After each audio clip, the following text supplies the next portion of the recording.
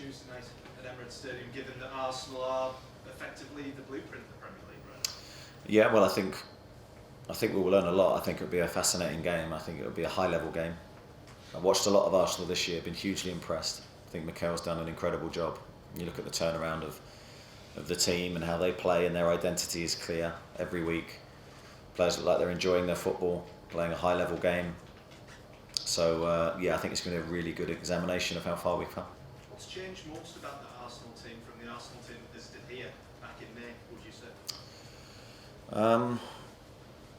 I just think they've continued to grow from that moment. I think they were on a journey of improvement anyway throughout last season. When you consider where they were at the start of that season to the end, I think they performed very well.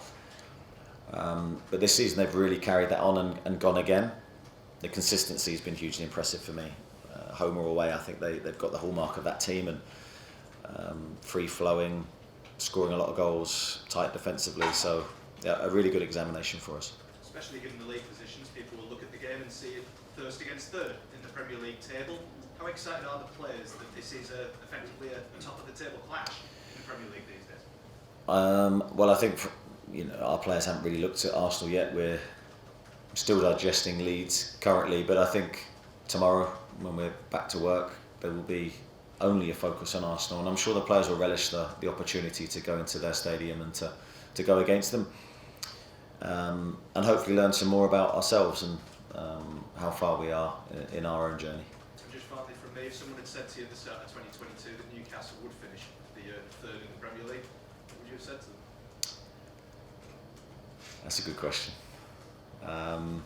When you think back to a year's time, yeah, I don't know what I'd have said to them. I'm trying to think of something funny, but I haven't got anything in me at the minute. But yeah, you wouldn't have thought that we would have been able to rise that quickly.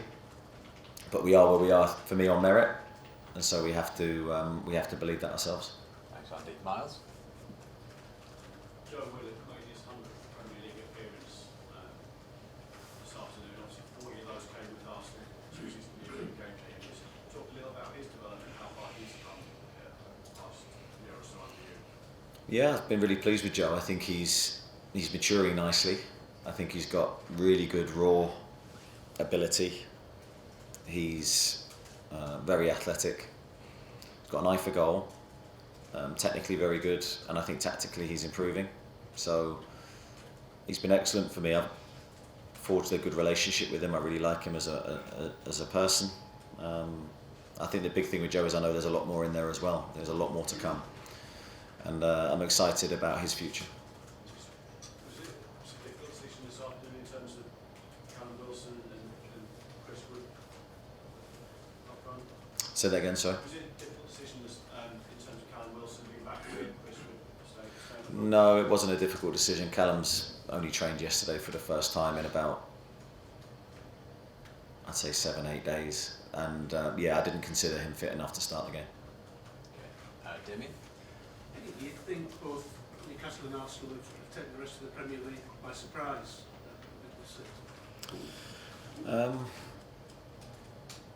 I don't know. I think that's a difficult one. I think Arsenal, from their own perspective, a totally different view probably on their season than ours. I think that last season we were fighting relegation and had that battle near enough to the end of the season. Arsenal were in a different place totally from where we were. So I don't think Arsenal would have taken teams by surprise. I think they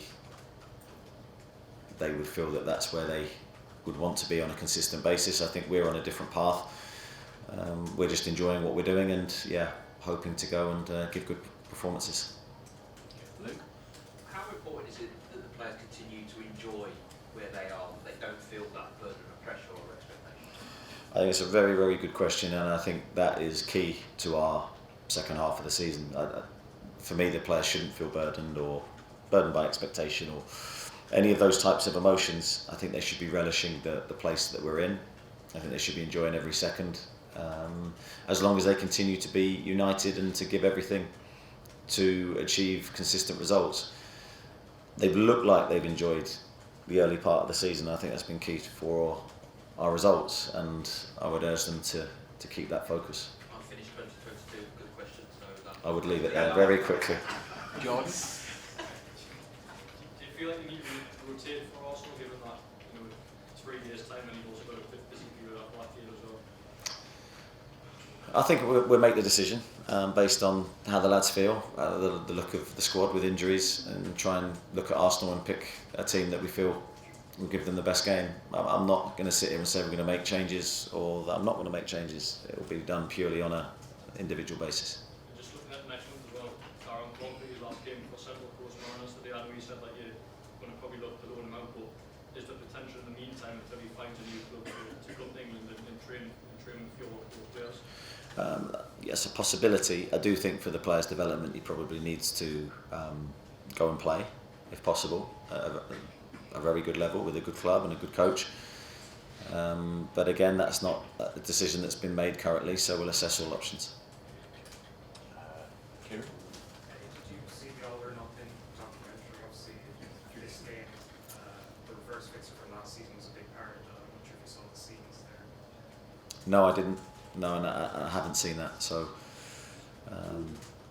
no comment on that one. Given what a roller coaster 2022 has been, what are your hopes for next year?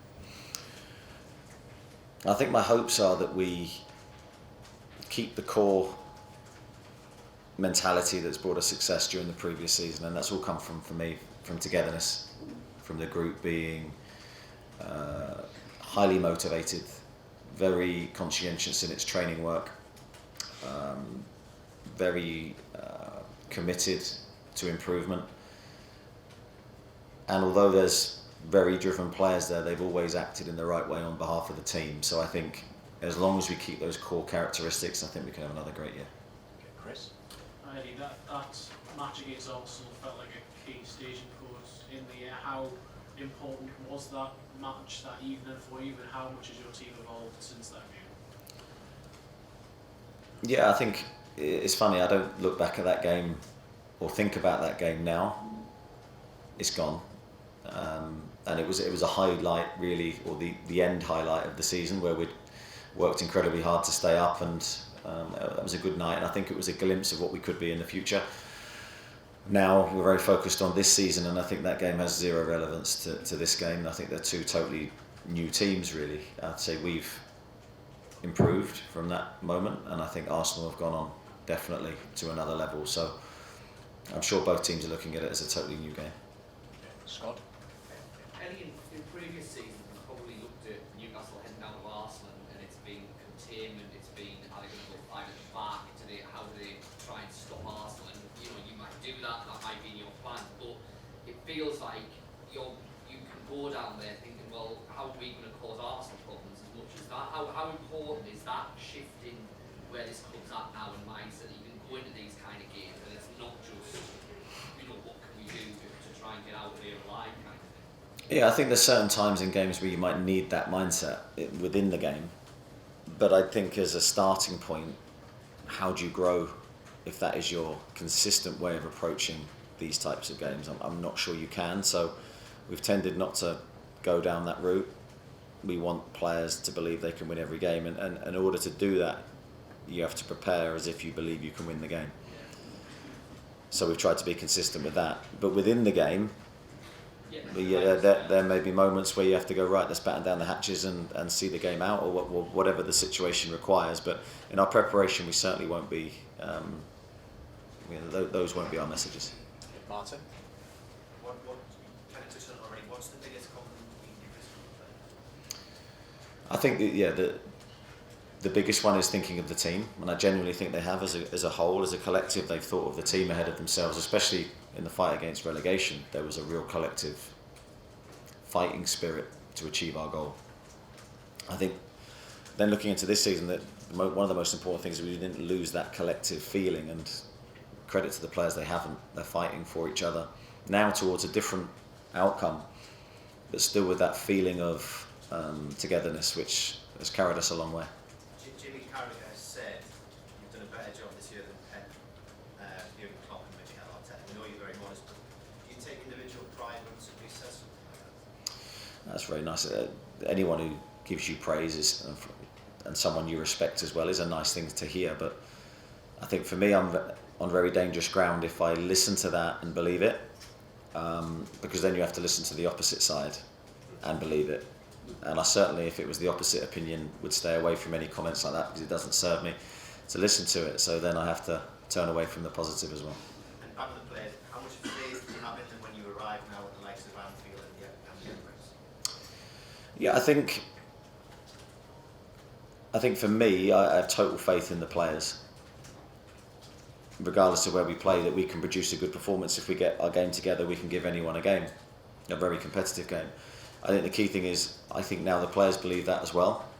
But that's always a delicate thing because you have to go and prove it. And so Arsenal will be a game where we'll have to prove we can. And if we do, then our confidence can continue to grow further. Great. I think your first game in the dugout with Newcastle was actually down in Arsenal because of the COVID. Now, to answer this question, really half an hour, but if you can give it in 30 seconds, what are the key differences from your squad that day and the team that day to how they will go there on Tuesday night? You're right, that is a long answer. I think that day we were in a totally different place. And we were just getting our understanding of the group really, very early stages to understand where we were at and what we needed to improve and where we were going to go. Difficult afternoon, thought Arsenal were better than us. Players were committed and gave everything, but we weren't good enough to get a result. And yeah, we left disappointed. But I do think we were in the early stages of finding our togetherness and our spirit. And the pleasing thing is those difficult early days where we didn't get good results and things did go against us, the group didn't become fractious and didn't lose the belief. So those early days, although they were difficult for us all, were pivotal in our form afterwards. Okay. Lee? Eddie, the transfer window's coming up. On the flip side, you wouldn't be disappointed if you still had the same group of club now with no additions at the end of the window. Is that fair to say? Basically, if you didn't sign anybody. Yeah, I think if we didn't sign anyone, we didn't sign anybody. I love the group. I think we've got a really strong team. I think the thing we have to guard against, of course, at this time of year is injuries, and every player that we lose is a hammer blow. And it does open up potential weaknesses in the squad, so we're very aware of that. I think when you look at John Joe's injury and Matt Targett's injury, don't know quite how long they're going to be out, but I don't think either of them are long term, so we will get them back. So you obviously have to think of that as well. So there's a lot to take in. It's got to be, as it's always been, it's got to be the right character to bring in. Definitely the character of the player, the person, is hugely important. I think any business organisation, any group of people, if the character of the people you're bringing into that team is hugely important. And we've had a really good togetherness and feel, and we don't want to endanger that.